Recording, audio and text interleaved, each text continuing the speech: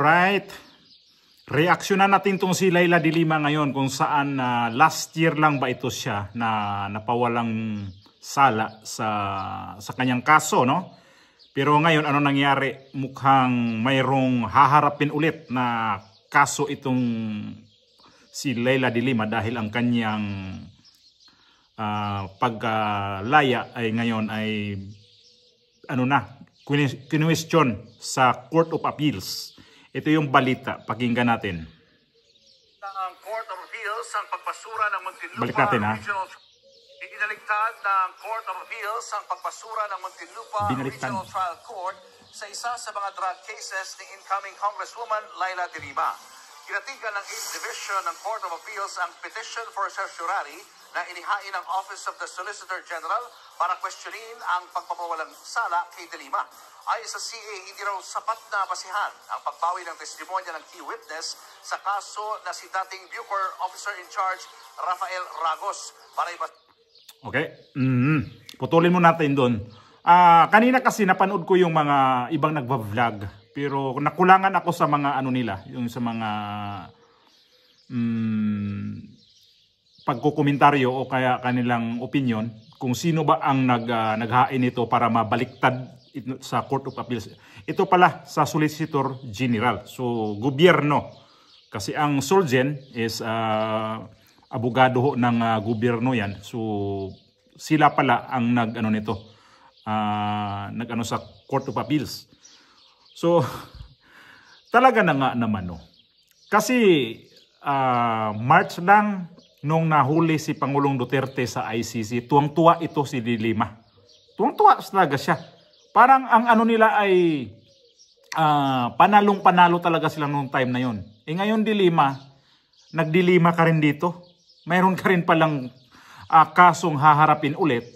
At ito, magpa-file to siguro na ng motion para harangin nila tong kanyang kaso ulit. So mapang-abot talaga to hanggang Supreme Court. So kamalas-malas niya kasi nanalo pa naman ang kanyang ML na party list na siya ang uupo nito at siya rin ang magiging taga-usig ni VP Sara sa impeachment sila ni Jokno. Kasi si Jokno nakuha din sa kanyang party list na sa Akbayan. So ito pa naman to mga to, ano pa naman to. Gusto talaga nilang kalabanin ang mga Duterte. So si de Lima dapat ganitong may kaso, no? Hindi to dapat payagan na magiging mag-abu-abogado dun. Although abogado naman talaga to. So hindi dapat to payagan.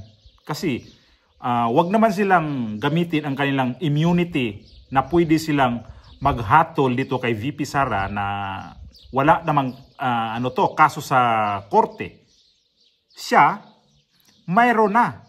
At binaliktad na ngayon sa Court of Appeals. At ano kaya ang mangyari kay de Lima nito? Magdilima talaga siguro talaga to siya, no? Ang karma nga naman, de Lima, nung ginawa nyo kay dating Pangulong Duterte, ang karma talaga pag bumalik sa inyo talaga, no? Matindi. Malupit kasi talaga kayo sa, lalun pa, may katandaan ang edad ni dating Pangulong Duterte at ginaganon nyo. So, parang awa nyo na. Huwag nyo nang ulitin talaga yan sa iba pa. At isa pa, ginawa mo rin kay VP Sara ngayon, ikaw ang taga-usig. So, preparado na to si Chiljuk, no? Ito kasing mga to, wala talaga to silang kalaban talaga sa ibang tao. Mga Duterte talaga. Gusto talaga nilang pulbusin. Bakit? Gustong-gusto nyo talaga ang mga Duterteng pilayan. Gusto-gusto talaga nyo yung mga Duterteng tadyakan. Gustong-gusto nyo mga Duterte bugbugin o ano pang tawag natin sa kanya. Kulang na lang talaga ay inyong, hindi ko na lang babanggitin kasi, ay nako, nakikita naman talaga namin.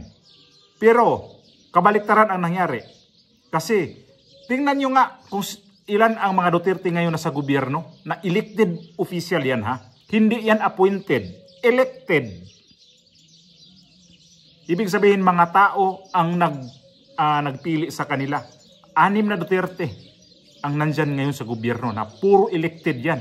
Umpisahan natin kay VP Sara, kay Tatay Digong na nanalo pagka mayor ng Davao City? Kay Basti. Pamangkin ni Basti na si Rodrigo II Duterte. Si Pulong, anak ni Pulong nagiging congressman din. So 6 sila ngayon nasa gobyerno. Tapos ito yung gusto talaga nyong durugin, gusto talaga nyo itong burahin sa mapa sa Pilipinas. Ito mga klaseng politiko na siguro kung masamang mga tao to, hindi ito mananalo.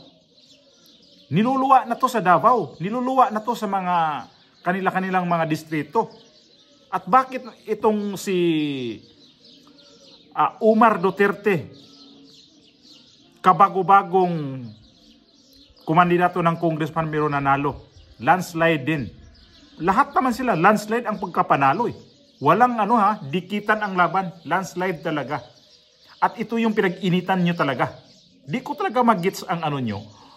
Kung naagribyado kayo sa mga Duterte dati, tingnan nyo kung bakit kayo hinahabol dati ni dating Pangulong Duterte.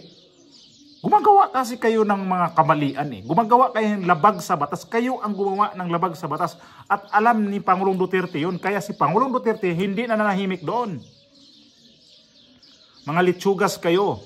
Ngayon, Dilima, baka mabalik ka pa sa diyan sa Camp Crame. Kayo. Magsama kayo, kapitbahay kayo ni Kibuloy. Kasi si Kibuloy kung saan ka ni Quinlong dati, nandoon daw ito nilagay. So babalik ka ba doon sa Camp Crame para ikulong ulit? Tapos sabihin nyo, ay politika. Wala na sa gobyerno si Pangulong Duterte. Di na presidente, ha? Si BP Sara hindi nakikialam sa inyo. Baka pagbindangan nyo naman dito, balikan nyo naman mga Duterte. Ganon naman ang mga tao ngayon sa Pilipinas, mga pag nakagawa ng mga palpak Duterte, administrasyon yan kung anong mga palpak, ay naku ka, ang bilis ng tagapagsalita dyan sa Malacanang ng mga Duterte daw. Ang may salarin yan. Lahat na lang talagang palpak na ng mga Duterte. Ay nakog. Diyos mio, gamitin ko na naman doon, Diyos mio. Ito yung lagi kong mababanggit, Diyos mio. Inay ko po. Itong mga klaseng politiko na ganito na wala na talaga silang ibang diskarte para lang kayo bumango sa inyong sarili. Huwag niyong gamitin ang mga Duterte. Serbisyuhan nyo ng maigi ang mga tao. Ito ngayon, di pa nga kayo naproklama. Pinaghandaan nyo na yung pinaghandaan nyo na itong impeachment ni VP Sara. Ang kakapal ng mga mukha nitong si Chil Jokno at saka itong si Dilima. Grabe kayo. Hindi pa kayo naproklama. Although nandyan na kayo. Kaya lang, advance na advance na iniisip nyo. Mananalo na tayo nito. So Court of Appeals, yan na. Dinudurog na itong si Laila de Lima. Huwag nyong balikan si Pangulong Duterte nito, ha. Kasi si Pangulong Duterte nakakulong. Pinakulong nyo. So tabla-tabla na kayo ni Pangulong Duterte. Ang gaba ni Pangulong Duterte dumating na rin kay Laila de Lima. Nag-U-turn, Bong. Malakas yan. Ang gaba na yan ni Pangulong Duterte. Kasi galing dito sa Europe, bumalik sa Pilipinas para balikan, uusigin yung mga taong nag-aapi sa mga Duterte. Itong impeachment ni BP Sara, pag hindi nyo pa-impeach to, wanda kayo lahat. Pulbos kayo.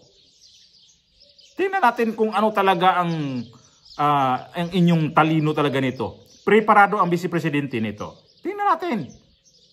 So Dilima, babalik ka sa kulungan. Yung sinasabi mong hindi